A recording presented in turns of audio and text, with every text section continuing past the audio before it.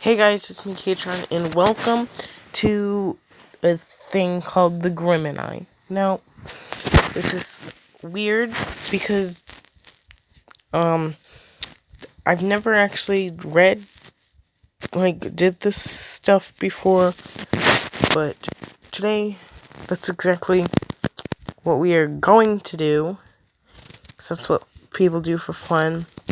But anyways, let's play the Grimini, and if you don't like just sitting here reading, choosing adventures, and this isn't the one for you, and let's just go.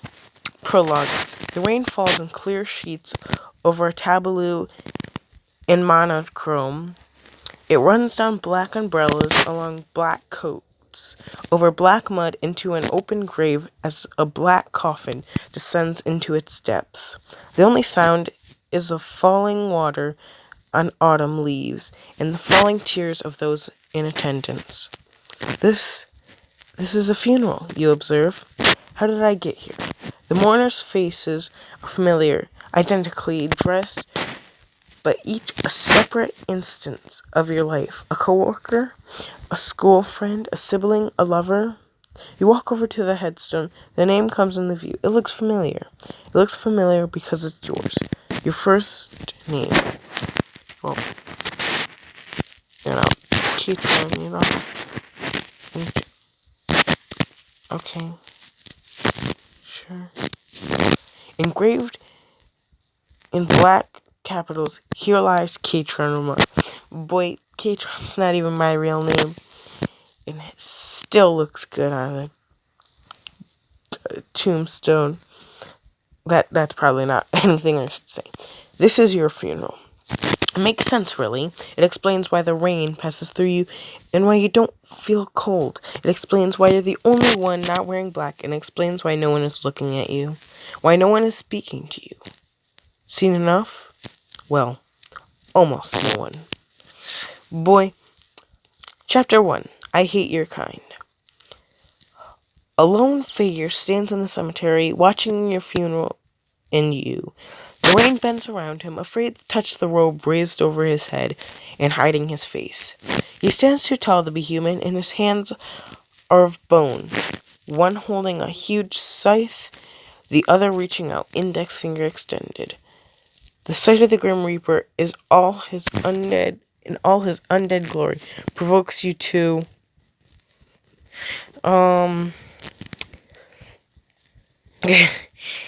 laugh. You know what? You gotta be happy, you know? How could you not? Everything from the skeptical hand down to the lonely crow that caws in the tree above you. It all brings a I can't read. Guffaw to your lip that cannot be contained. I never thought I'd be laughing at my own funeral. The thought traces the edge of awareness as you double over in the rain.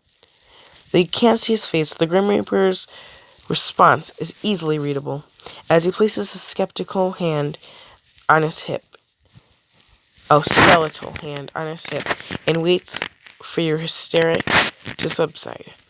When finally they do, he asks, "Are you quite finished?" And although his voice is only a whisper, he sounds more like an irritated adolescent than a harbinger of death. You peer into the shadow. That instinct tells you must contain a skeleton eyes. What? That made no sense. You peer into the shadow. That instinct tells you must contain a skeleton's eyes. Oh, okay. Trying to see the face of the one who addresses you in this manner. Are you? You try to ask, knowing the answer. Yes. Am I? You try again. The words catching in your throat. Yes. Before you, the silence is broken by a eulogy. Hearing your name as a woman tells the congregated few of the great man, because I'm a guy, that I was. You wonder if you should be more unnerved, but the truth of your situation is hard to deny. You're standing by your grave, you're watching all the people you love drop soft mud onto your coffin. As you're talking to the Grim Reaper, though the disembodied voice behind his hood is cold. A warmth permeates the air. There's something oddly reassuring about his presence. You feel a question forming on your lips, one that needs answering. Why am I here? Why are you here? Why am I here? What's going on? Should I be freaked out right now? I think we should ask, why are you here? Because then we get to kind of figure out why he really is there. Okay. I'm here for you, he replies. You are dead. The word sends a chill down your spine. I don't remember dying, you protest. That doesn't matter. You are still dead. A chill again. But nothing. He silences you, his skeletal hand rising once more. You know you are dead. Don't deny it, and don't fight it. I don't believe you. How did I die? I feel strangely calm about all this. Let's ask how we died. Air enters death's hood in a single stream. It reminds you of the breath that precedes scolding. That does not matter. Nothing else matters. Now save one thing. And what's that? It is the reason I'm here, he replies. The final part of dying. I'm here to take you away from this world and to the other side. You turn to look down at your grave. In many ways, it is as you would have pictured it. Your name, and 2 dates representing the brief period of history during which you existed. And then at the base, I can't read. Epitaph. I hope I'm freaking saying that right. Something you once something you once mentioned. I should probably stop goofing up, because this is starting to get annoying. Almost in gist. That you would have written on your tombstone. What style of epitaph did you write? It's funny. Yeah, that seems about it. You wanted your grave to brighten people's days, not sadden them. What does it say?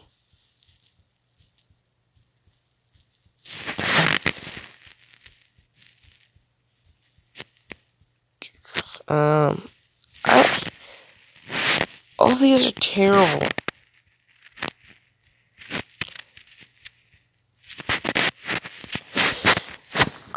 Clearly we should do... I don't know why I'm doing this. Am I this disgusting?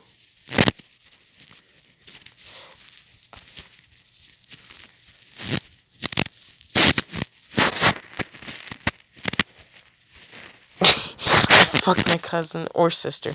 Depends on who's asking. A part of you is... It's not funny, but I'm laughing. Fuck. A part of you is waiting to awaken. The other is very aware that this is no dream. Take my hand, the Grim Reaper whistles, stepping forwards and extending his lifeless fingers. Take my hand and leave this world. It is time. You can't help it. As he asks, you turn to look over your shoulder at the one whose tears are heaviest. Death draws in a rattling sigh. You were in love, he concludes. Is that bad? Yes. How about I am in love? You know, because we don't want to get rid of it. The Grim Reaper does not react to your correction. Which one? The woman in the long coat? That's her standing next to my brother. That's her standing next to my sister. No, that's my sister. The man next to her is the one I love. Actually, the man I love is over there next to my brother. Well, I actually have a sister. So, yeah. You reach to clasp the ache in your chest where your heart used to beat, but your hand runs through the translucent shade of your body. Or perhaps it is your body that runs through your hand. She, your love, does not wail. She does not sob, but her tears run thicker than the rain that drenches the drips from her eyelashes. Your sister stands at her side, her own face stronger. Teeth set, eyes wide, cheerless. Seeing this scene, you are fixed with a single thought. This can't be happening. How do I fix this? I want to put my arms around my love and confront her. Why isn't my sister crying? I don't want to watch this. There's actually two. How do I fix this? Or why isn't my sister crying? Because, let's ask that. It doesn't matter. The Grim Reaper informs you before the thought ever makes it past your lips. Take my hand. You sense an urgency. The motion of his arm is languid, but his words are firm. You look back to your lover standing hopelessly by your open grave. You see your sister with her dry eyes at her side. Think of everything you have done with your life and all the things that you still need to do, and you feel the blank space in your memory that saw your last breath. Do I not even get to say goodbye to her? What about all the things I'll never get to do? Why can't I remember how I died? What's the other side? Oh, shit. There's so many good ones that I want to do. Wait. Stats? Oh, fuck. Hell. Here lies Katron Romano. Husband, brother, I fucked my cousin or sister. Depends on who's asking.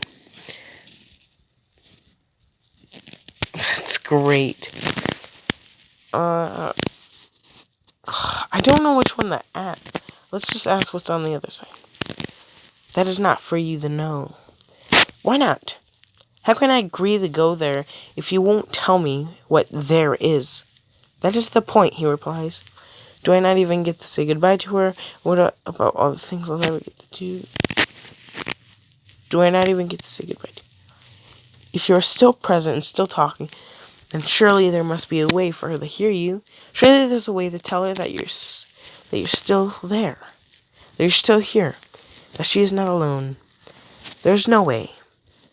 You're only making this more difficult for yourself. I can't leave her, you argue. The Grim Reaper's answer is colder than any wind or rain. You already have. Why can't I remember how I died? You can tell that you are trying the Grim Reaper's patience, but you don't care. This is something you need to know. Perhaps the reason you cannot remember dying is because you don't want to. I can't imagine the experience was particularly pleasant. It doesn't answer your question, but the volume of his voice is growing. His extended hand is now more a command than an offering. Oh shit, should I take it or refuse it?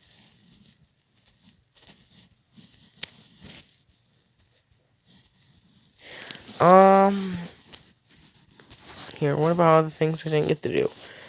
Oh, so you're ambitious too.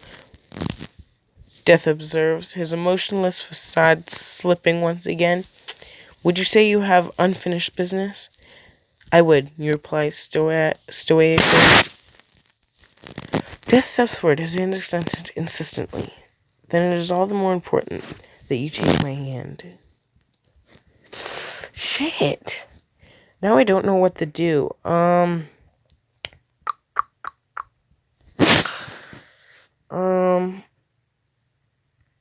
I could do that.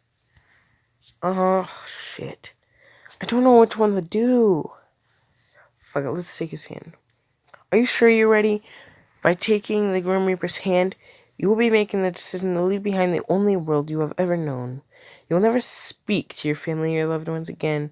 You'll never see your life's work come to fruition. You may never know how it is that you met your end, and you have no idea what awaits you on the other side. Are you sure you're ready? Wait, I'm not ready yet. How can you ever be ready for this? I'm as ready as all over. You know what? Let's say I give up. Refuse his hand. Oh, not ready. Refuse death's hand. The black beneath the Grim Reaper's robe grows darker. There is no alternative. You are dead. You need to accept this. You shake your head. A single thought in your mind. I don't want to. I'm not ready. As you think this, a tiny silver chain begins to snake its way around your arm, to hang loosely at your wrist. You can tell that the Grim Reaper must be scowling beneath his hood as the same sulking voice you heard before returns. This is why I hate your kind. Oh shit, what's gonna happen? Chapter 2. Your own personal Reaper. So I'm going to leave it at this. I think the chapters are long enough to get, like, one in like around 15-minute thing, which I think is long and good for it. But I would definitely like to consider doing this again. We can finish this each time doing a new chapter. Depends on how long the chapters are, of course. But yeah, if you liked it, please leave a like, subscribe, and of course, see you guys in the next video.